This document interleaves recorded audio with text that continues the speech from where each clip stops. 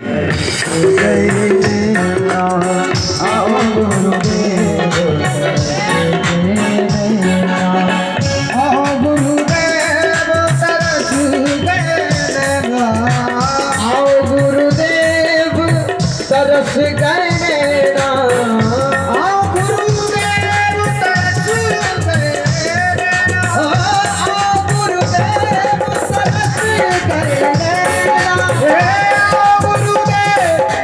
गए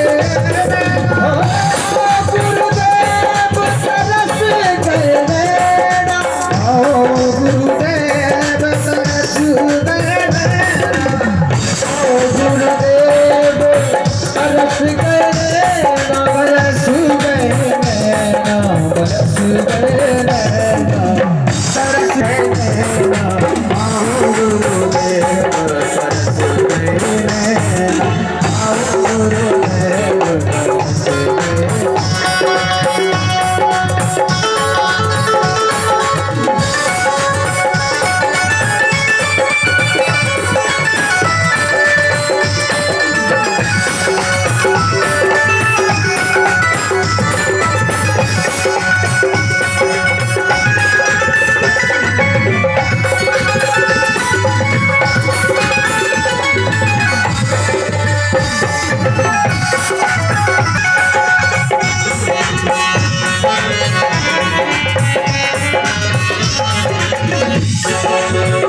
वर्षों से दर्शों के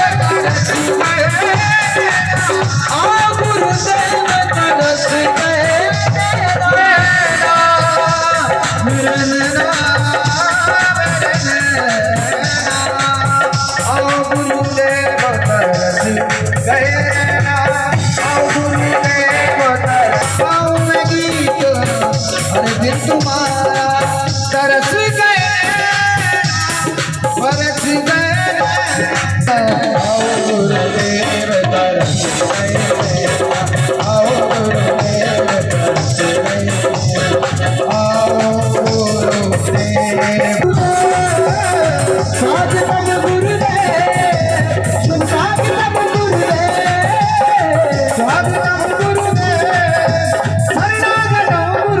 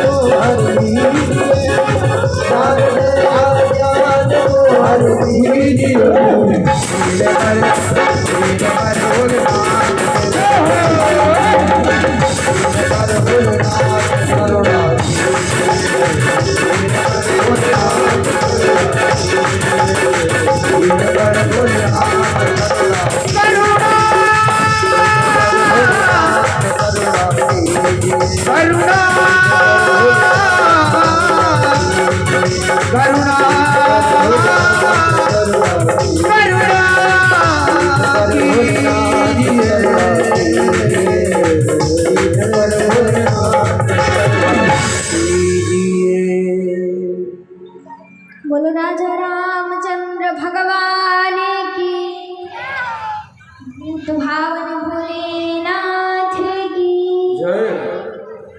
लगाओ जोर का जयकारा। कैसे ढीले ढीले बैठो, लगाओ ना जोर का जयकारा। बोलो राघवेंद्र सरकार की।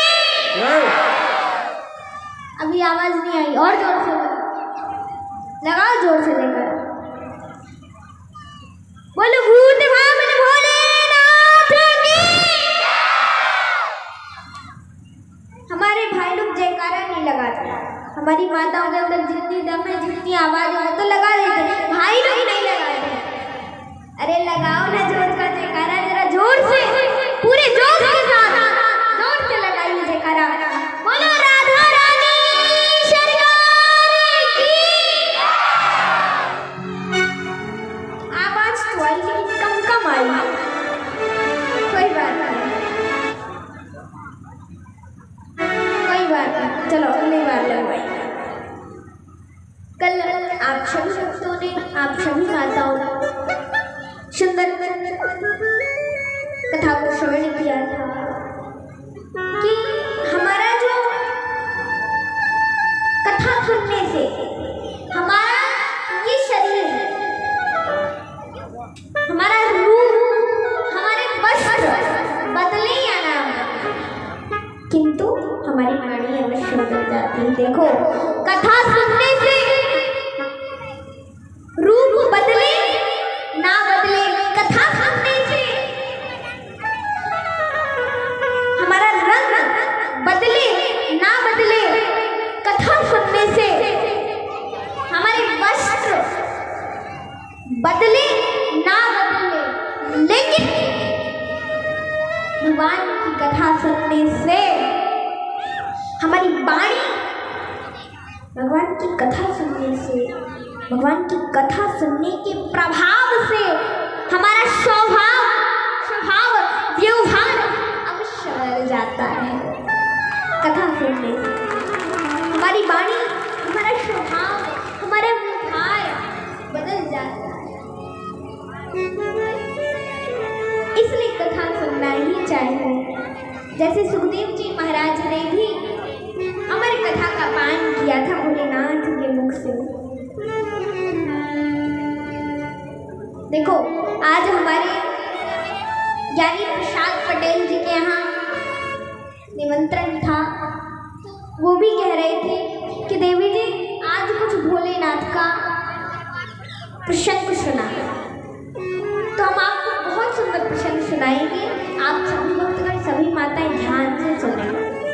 देखो, एक बार राधा जी बैठी हुई थी और राधा जी की गोद में सुखदेव जी महाराज विराजमान थे। सुखदेव जी महाराज बैठे हुए थे और भगवान के चरित्र, भगवान की कथाएं सुखदेव जी राधा जी को सुना रहे थे। किंतु राधा जी की नजर ऊपर से नीचे पृथ्वी लोक की ओर पड़ी, कलयुग के लोगों की ओर पड़ी, कलयुग की ओर पड़ी। कलयुग के लोग दुखी थे। कहा है, को तन दुखी, को मन दुखी, को धन में न रहे तो उदास, और थोड़े थोड़े सब दुखी, सुखी श्याम के दास। कोई तन से दुखी था तो कोई मन से दुखी था, कोई धन के लिए दुखी था। जिनके यहाँ धन नहीं होता वो सोचते हैं भगवान हमारे यहाँ धन हो जाए, हम धनवान हो जाए, अमीर हो जाए। और जिनके यहाँ धन होता वो सोचते हैं प्रभु इतने धन को कहाँ रखे। कोई धन के लिए दुखी, कोई धन से दुखी। पूरे संसार में लोग कोई ना कोई प्रकार से दुखी बैठे थे। वो किसी न किसी प्रकार से सभी दुखी थे,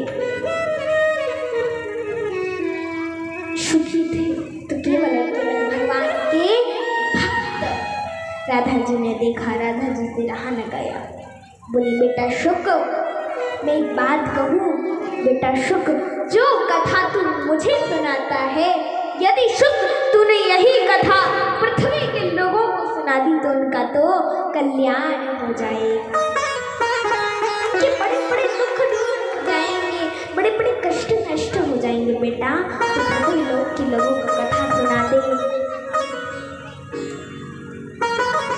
ऐसा कहा। सुखदेव जी ने कहा महाराज ना, मैया के चरणों में गिर पड़ी, ना ना मैया मैं ऐसा ना कर। अगर मैंने ऐसा किया, मैं आपके कहने से अगर मैंने पृथ्वी लोक पर जन्म ले लिया तो मुझे आपका वियोग, आपका विरह मुझसे सहना ना हो सकेगा। तो कहा बेटा नहीं बेटा, देखो बेटा, अरे पुत्र बेटा, अगर तुमने मेरे कहने से पृथ्वी लोक पर जन्म ले लिया ना, तो मैं भी पृथ्वी लोक पर जन्म ले लिया। अब माँ के कहने से सुखदेव जी महाराज ने कैलाश पर्वत पर जन्म ले लिया। नारद जी महाराज मन में सोचने लगे, सुखदेव जी ने तो कैलाश पर्वत पर जन्म ले लिया, अब आगे की लीला तो मुझे ही करनी पड़ेगी, आगे की लीला तो मुझे ही करनी पड़ेगी। हाँ मैं ही करूँगा की लीला। अब नारद जी नारायण नारायण नारायण नारायण नारायण नारायण करते करते सीधे कैलाश पर्वत पर पहुंचे। अब माँ ने देखा, अरे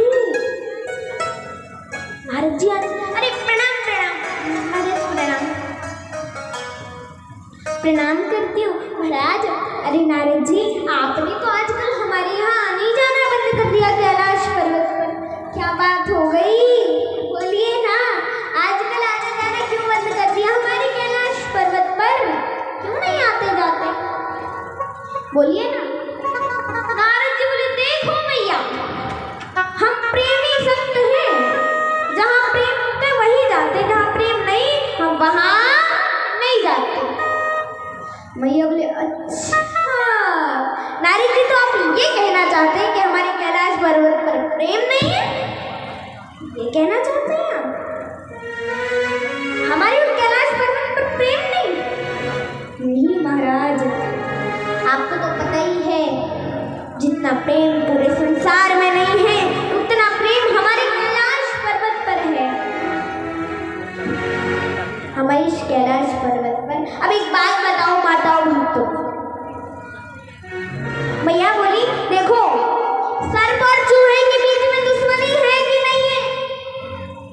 बोलो है कि नहीं है? सर्प और चूहे के बीच में दुश्मनी है कि नहीं है? बताओ माता, है ना? फिर भी बोले हमारे कैलाश पर्वत में तो सर्प और चूहा दोनों साथ में ही रहते हैं। अब सर्प और मोर के बीच दुश्मनी है कि नहीं है? बताओ भक्तों, आप बताओ, सर्प और मोर के बीच में दुश्मनी है ना? फिर भी बोले हमारे कैलाश पर्वत पे तो सर्प और मोर दोनों साथ नहीं रहते। अब एक बात बताओ, शेर और बैल के बीच में दुश्मनी है कि नहीं है? बताओ, है ना? फिर भी हमारे यहाँ तो दोनों ही साथ में रहते हैं, साथ में खाते, साथ में पीते, साथ में घूमने जाते, जहाँ भी जाते साथ में जाते। अच्छा, इतनी मित्रता है हमारे कैलाश पर्वत पर, इतना प्रेम है, इतना एक दूसरे से प्रेम करते हैं हमारे कैलाश पर्वत पर लोग जी। अच्छा, लेकिन मैया ये तो सही बात है कि आपके कैलाश पर्वत पर जी प्रेम करते, पर मैया एक बात कहूँ, मैं पशु पक्षी की बात नहीं करता, मैं तो मनुष्यों की बात करता हूँ, मनुष्यों की। अच्छा, मनुष्यों की? तो सुनिए, हम पति पत्नी में भी इतना प्रेम है, इतना प्रेम है, लोग हमारे प्रेम की कसमें खाते, कसमें। अच्छा, इतना प्रेम है, कसमें खाते, तब तो बहुत बड़ा प्रेम है। हाँ, पता है जो गुरु मंत्र होता है, तो नारद जी आपको तो पता ही है, वो गुरु मंत्र किसी को बताया नहीं जाता।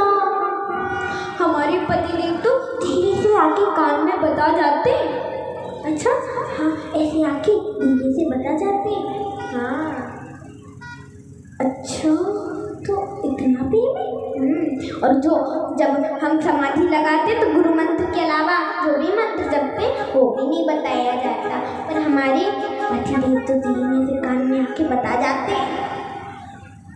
और जब हम समाधि लगाते हैं ना तो जिन भगवान के दर्शन करते हैं वो भी नहीं बताया जाता, पर हमारे पतिदेव तो आके बता जाते हैं।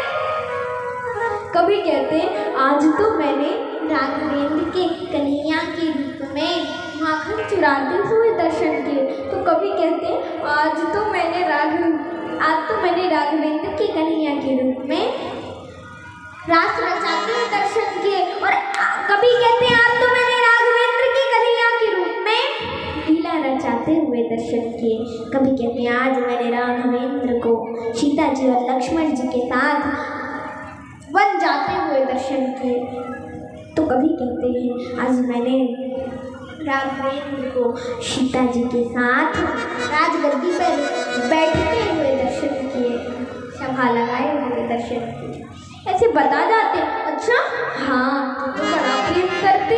अब मैया मैं एक बार पूछूं, मैया मेरे मन में ये बड़े दिनों से प्रश्न है, बहुत दिन हो गए मेरे मन में यही प्रश्न था, वो क्या है ना मैया,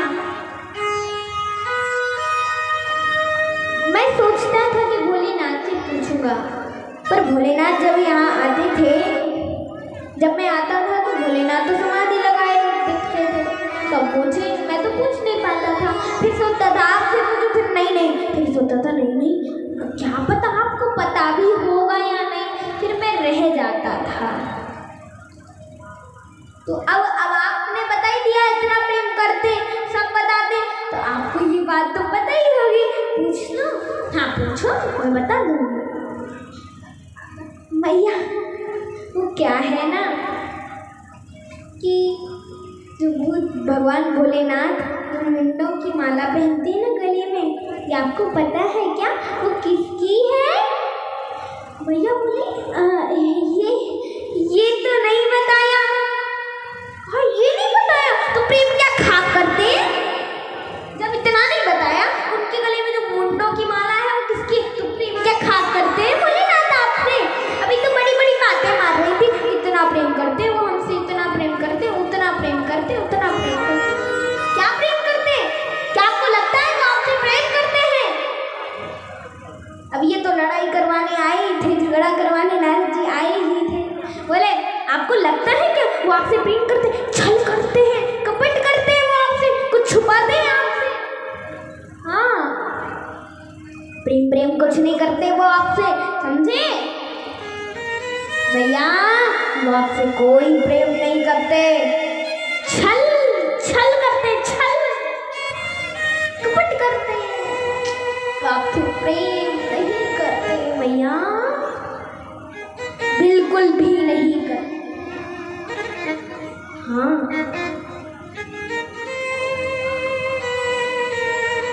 अब तो मैया ने सुना, मैया के दिमाग में वही बातें भर गई।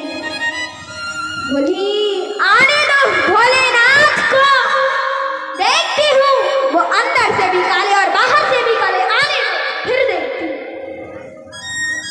नारद जी समझ गए, हाँ बन गया काम अपना, तो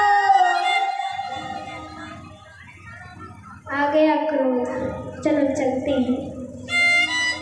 धीमे से नारद जी जाने लगे। बोले मैया आपको जो कहना है भगवान से तो कहती रहना, जो करना है तो करती रहना, हमें चला जाने दो बस। बोली जय हो महाराज, धन्य है आप, आपने मेरी आंखें खोल दी, आंखों पे जो पर्दा था वो हटा दिया, आपने मेरी आंखें खोल दी, धन्य है प्रभु, धन्य है। चले गए नारद जी। अब यहाँ मैया क्रोध में बैठी हैं। नारद जी महाराज जैसे अपने निकले, आश्रम के बाहर निकले, भोलेनाथ मिल गए। भोलेनाथ ने देखा नारद मेरे आश्रम से आ रहा है, जरूर कोई ना कोई झगड़ा लगा कर आया होगा। अब एक बात बताओ, जैसे आपके घर में नई नई बहू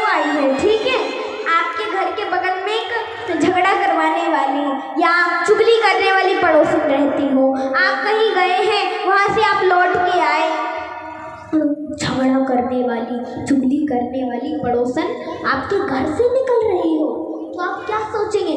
भले ही वो चुगली करके नहीं आई, भले ही वो झगड़ा करने का बहाना लगा के नहीं आई, फिर भी आप यही तो सोचोगे ना कि जरूर झगड़ा का बहाना लगा कर आई होगी, वो चुगली करके आई हो। वैसे प्रभु समझ गए कि जरूर मेरे आश्रम से आ रहे हैं, कोई ना कोई झगड़ा लगा कर आए होंगे। नारद जी ने प्रभु को तब तक देख लिया। नारद जी बोले, महाराज प्रणाम करता हूँ। बोले, सुनो नारद, प्रणाम प्रणाम बाद की बात है, पहले ये बताओ घर के हाल चाल क्या है। तो नारद जी बोले, देखो भैया, घर के हाल चाल तो घर ही जाके पता चलेंगे, हम नहीं बता सकते। घर जाओ तभी पता चलेंगे घर के हाल चाल, हम नहीं बताएंगे।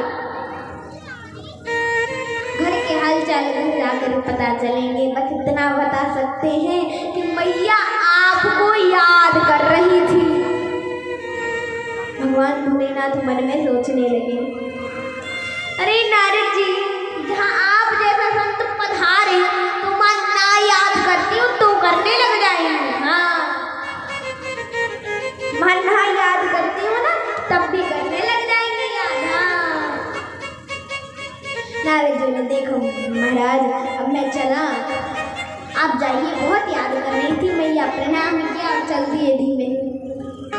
देखो एक बात कहूँ, भोलेनाथ डरते डरते अपने आश्रम आए। भोलेनाथ अपनी पत्नी से बहुत डरते थे। पार्वती जी से भोलेनाथ बहुत डरा करते थे, बहुत। देखो एक बात कहूँ, डरना ही चाहिए, इसी में भलाई होती है। यहाँ भाई, इतने सारे भाई लोग बैठे हैं, आप में से कोई डरता है क्या? अपनी पत्नी से डरते हो तो हाथ उठाओ।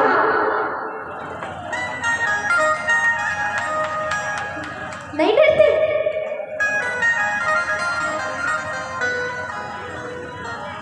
हमारे कमल पटेल जी कह रहे हैं, अरे देवी जी हम डरते तो हैं लेकिन शर्म आ रही। शर्म की बात नहीं है, उठाओ हाथ जो डरता है, उठाओ ना हाथ ऊपर। इसका मतलब कोई नहीं डरता। हाँ, डरते हैं, अच्छी बात है, डरना ही चाहिए, इसी में भलाई होती है। माता, आपके पति आपसे डरते नहीं? डरते नहीं? डरते नहीं? डरते, चलो कोई बात नहीं, हमारे पास एक बहुत अच्छा उपाय है। हमें पता है आपके पति आपसे क्यों नहीं डरते। पता है, आपके पति आपसे इसलिए नहीं डरते क्योंकि आप डराते ही नहीं हो। जब आप डराओगे तभी तो डरेंगे ना। पार्वती जी डराया करती थी भोलेनाथ को। भैया कैसे डराती थी? हमारी माता सोच रही है, देवी जी जल्दी बता दो, हम भी डराने लगे अपने पतियों को। देखो, पार्वती जी ऐसा डराया करती थी। भोलेनाथ डरते डरते अपने आश्रम आए। बोले, देवी क्यों उदास हो? पार्वती जी ने पीछे गुस्से से देखा और बोली, आप अंदर से भी काले और बाहर से भी काले। मैं तो सोचती थी आप बाहर से काले हैं, अंदर से तो ठीक ठाक हैं। अब मैं समझ गई, आप अंदर से भी काले और बाहर से भी काले। अंदर से भी काले और बाहर से भी काले हैं आप। मैं सोचती थी अंदर से काले नहीं है, बाहर से काले। अब मैं समझ गई। भगवान भोलेनाथ बोले, देवी क्या बात हो गई? क्यों क्रोध में हो? पार्वती जी बोली, ये आपके गले में जो मुंडों की माला है ये किसकी है? बोले, अरे देवी तुमने पूछा नहीं, हमने बताया नहीं। बोले, महाराज अब तो बता दो। देवी ये जो माला डली है ना, देख लो इसमें कितने मुंडे हैं। जितने भी मुंड हैं समझ लो इतनी बार ही तुम्हारा मृत्यु और जन्म हो चुका है। बोले क्या कहा? इतनी बार मेरा मृत्यु और जन्म हो चुका है। अच्छा महाराज, चलो मान लिया, मैं तो इतनी बार मर चुकी हूँ, पर आप कितनी बार मरे हैं और कितनी बार जन्म हुआ है? भोलेनाथ बोले देवी एक बात कहूँ, मैं तो मेरा तो एक बार जन्म हुआ था, अभी तक जिंदा ही हूँ, मरा ही नहीं, मृत्यु हुई ही नहीं, अभी तक जिंदा। अच्छा हाँ देवी, अभी तक नहीं मरा, जिंदा। अच्छा तो ऐसा आपने क्या खा रखा है? मुझे बार बार मरना पड़ता है, आपको एक बार भी नहीं। क्या खा रखा है आपने? देवी मैंने अमर कथा का पान किया है, इसलिए मुझे बार बार नहीं मरना पड़ता। अच्छा महाराज, मुझे भी अमर कथा सुना दो। हे प्रभु, मुझे भी अमर कथा सुनाओ, मुझे भी अमर कथा सुननी है। बोले हे भोले बाबा, हे भोले बाबा, हे शंकर महादेव, मुझे भी कथा सुननी है। कहा है भोले बाबा से मांगा वरदान, भोले ने हाँ कर दी। भोले बाबा से कहा, भोले ने हाँ कर दी। लेकिन अब देखो, पार्वती जी ने कथा सुनने का वरदान मांगा है। हे प्रभु, आपने जो कथा सुनी है मुझे भी सुननी है। यहाँ पार्वती जी ने कैसा वरदान मांगा है कथा का, और आज उनकी पत्नी होती ना तो अपने पति से पता है कैसा वरदान मांगा। अरे घर में आके, अरे किचन नहीं है, गैस सिलेंडर नहीं है। अगर पार्वती जी की जगह कोई आजकल वाली पत्नी होती ना तो क्या कहती? अरे किचन कहाँ है, गैस सिलेंडर कहाँ है? हमसे नहीं बनती चूल्हे से रोटी, तन पे ना लगता, चल पड़े कलकत्ता। हाँ ऐसे कैसे, लेकिन नहीं, पार्वती जी नहीं। आजकल की पत्नी होती तो क्या मांगती? कहा है कैसे मांगती? कहती हो भोले बाबा से मांगा वरदान, भोले ने हाँ कर दी। भोले बाबा